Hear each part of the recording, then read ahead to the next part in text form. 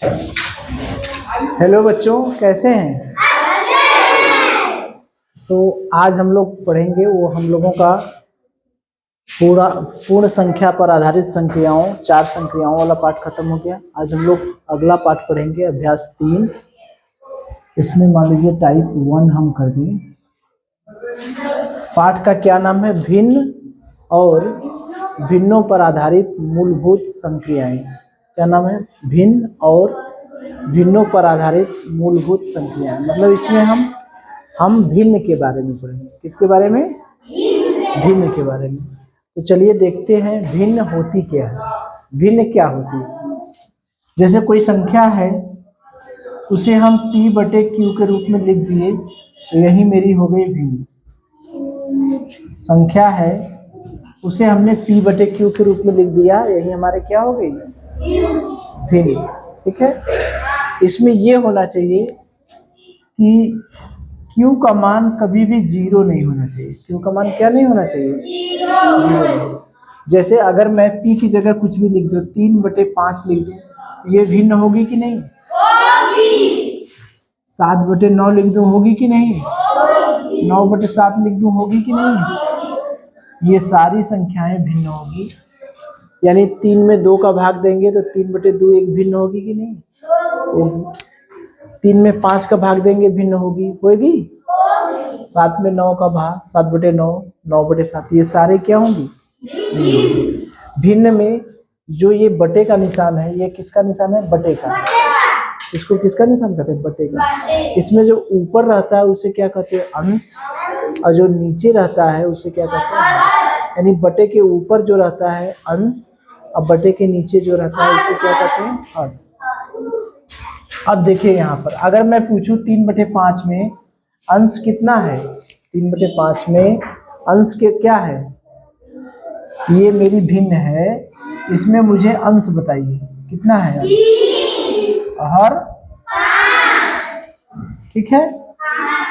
तो इतनी बात समझ में आ गई भिन्न के बारे में, कि भिन्न जो होता है, भिन्न p/q के रूप में लिखा जाता है, यानी अंश और हर के रूप में लिखा जाता है। जो ऊपर लिखा रहता है बटे के, उसे कहते हैं अंश, और जो बटे के नीचे रहता है उसे क्या कहते हैं? हर। अब भिन्नों के कुछ नियम देख लें कि क्या होता है। भिन्न में यदि हम कोई भिन्न है, यदि उसका अंश 0 हो जाए, क्या हो जाए? अंश को हम 0 कर दें तो पूरी का पूरी भिन्न क्या हो जाती है? 0।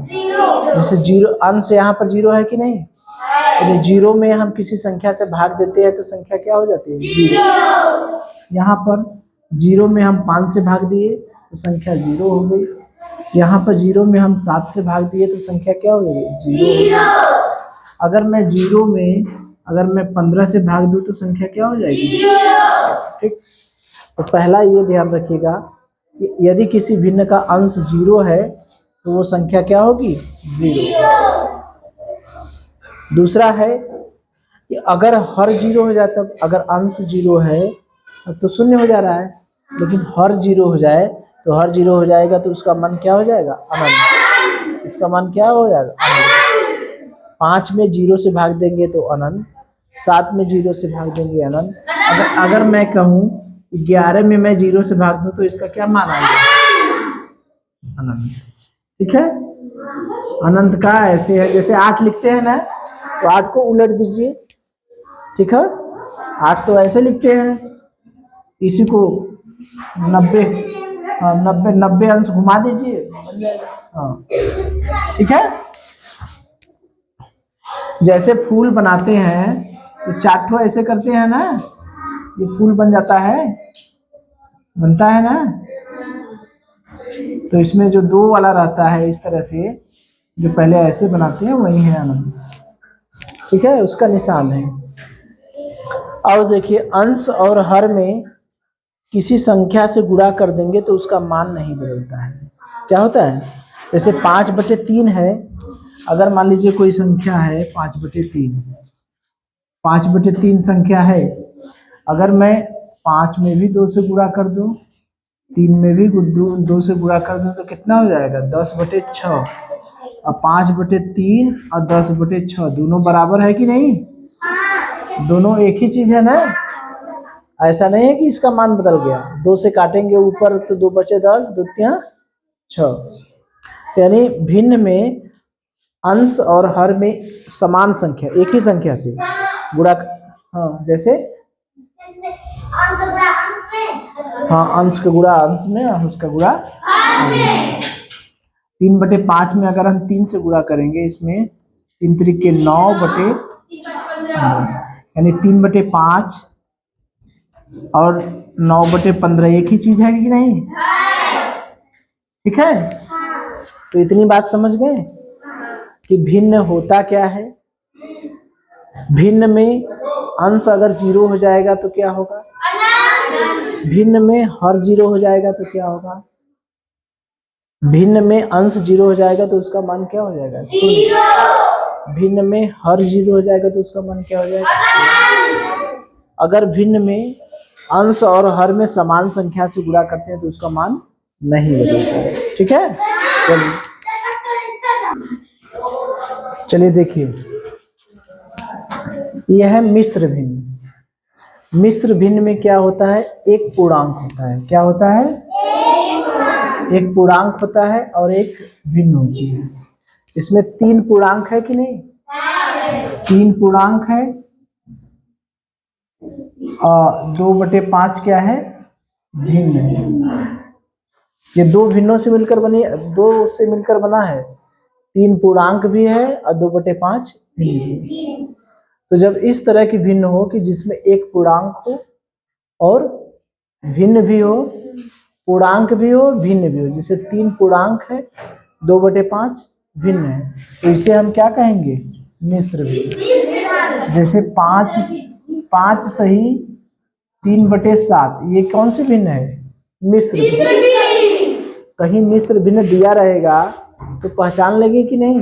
पहचान लेंगे। जैसे ऑप्शन रहेगा, उसमें कहेगा कि बताइए उचित भिन्न है, अनुचित भिन्न है, मिश्र भिन्न है, मिश्रित भिन्न है। तो मिश्र भिन्न वाले का उत्तर कब सही होगा? जबकि एक पूर्णांक और एक भिन्न होगी। ठीक है, अब मिश्रित भिन्न में क्या होता है? मिश्रित भिन्न में अंश भी भिन्न है और हर भी भिन्न है। देखिए अंश में क्या है? 2/7 नहीं है, ये अलग भिन्न है। और हर में क्या है? 3/4। यानी अंश भी भिन्न हो और हर भी भिन्न हो तो उसे क्या कहते हैं? मिश्रित भिन्न। क्या कहेंगे? मिश्रित भिन्न। अगर मैं लिख दूं 3/5 बटे 9/3, ये भिन्न है कि नहीं? कौन सी भिन्न है? कौन सी भिन्न है? मिश्रित भिन्न। ठीक है, अब देखिए व्युत्क्रम भिन्न। व्युत्क्रम भिन्न का मतलब उल्टा।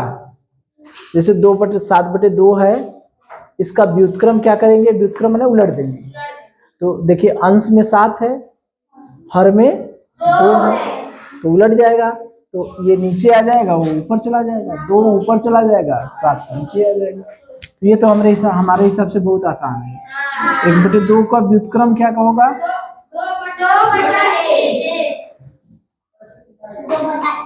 व्युत्क्रम क्या होगा? 2/1। 3/5 का व्युत्क्रम क्या होगा? हो जाएगा। ये वितत भिन्न, ये अलग पता चलेगा, बड़ा सा रहेगा। उसमें 1 2 3 4 बटा बटा बटा रहेगा। जैसे देखिए 1/, इसमें एक निश्चित क्रम रहता है। क्या रहता है? एक निश्चित क्रम। कौन सा क्रम रहेगा? जैसे 1 है, 1 धन 1/2, 1 धन 1/2, 1/2 से चालू हुआ। अब देखिए यहाँ 2 धन 1/3, यहाँ 1/2 था, यहाँ 2 धन 1/3। अब 3 धन कितना हो गया? 4/5 है ना क्रम। 1 धन 1/2, 2 धन 1/3, धन 4/5। ठीक है, बात समझ में आ रही है? तो इसको कहते हैं वितत भिन्न। ठीक है, चलिए चलिए, मिश्र भिन्न को हमको किस में बदलना है? अनुचित भिन्न में। तो मिश्र भिन्न क्या है? 3 सही 3/7 ये हमारा मिश्र भिन्न है। इसको अनुचित भिन्न में यानी अंश अधिक हर छोटा, यानी सीधी सी बात ये समझिए कि इसको भिन्न में बदलना है। ठीक है, तो तिर्यक गुणा करते हैं। तिर्यक गुणा का मतलब हर का गुणा पूर्णांक में करेंगे, धन अंश जोड़ देंगे, बटे हर वाला लिख देंगे। क्या करेंगे? पूर्णांक का गुणा किस में करेंगे? पूर्णांक का गुणा हर में करेंगे, अंश जोड़ देंगे और बटे हर वाला। जैसे 3 सही 3/7, पूर्णांक ये है 3 का गुणा किस में करेंगे? हर में, इसी हर में करेंगे ना। हर में गुणा करेंगे, क्या जोड़ देंगे? अंश।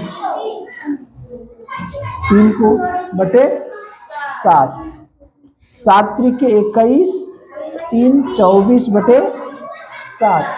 बात समझ में आ रही है? या ऐसे समझ लिया 7 का गुणा किस में करेंगे? 3 में। 7 का गुणा 3 में करके 3 जोड़ देंगे बटे 7, 7 त्रिक 21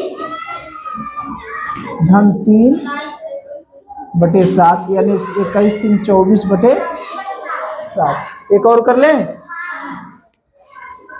3 सही 2 सही 1/5, 5 का गुणा किस में करेंगे?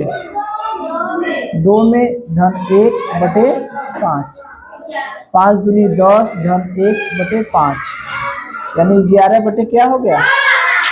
कर लेंगे? हो जाएगा? चलिए।